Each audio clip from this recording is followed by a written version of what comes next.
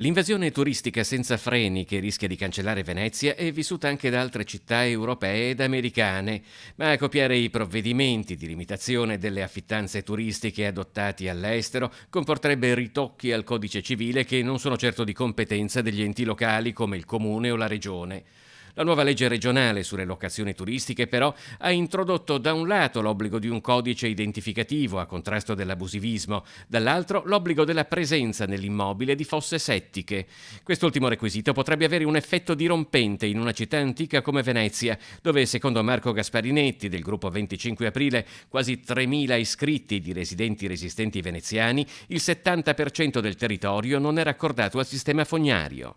La situazione è che dove c'era un pensionato o due pensionati e ci si mettono 8-10 letti per i turisti, tutte le acque nere finiscono direttamente nei reni e canali. Questo è inaccettabile perché crea un duplice problema per Venezia: perdita di residenti e anche aumento del carico inquinante nei reni e canali. E quindi con l'obbligo delle fosse settiche laddove non c'è la rete fognaria possiamo risolvere due problemi in un colpo solo.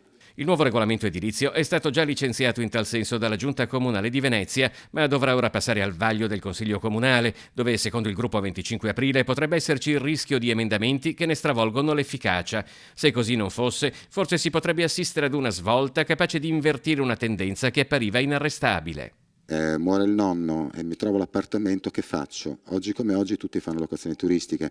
L'applicazione rigorosa della nuova legge regionale potrebbe portare molte persone a ripensare e considerare anche l'opzione di fare locazioni di lungo periodo ai residenti.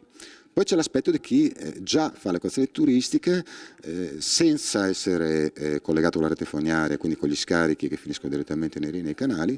In questo caso, se l'obbligo di fosse settiche diventasse retroattivo, in effetti potrebbero esserci, e lo possiamo immaginare, una serie di problemi e che potrebbe portare anche alla chiusura di certe attività.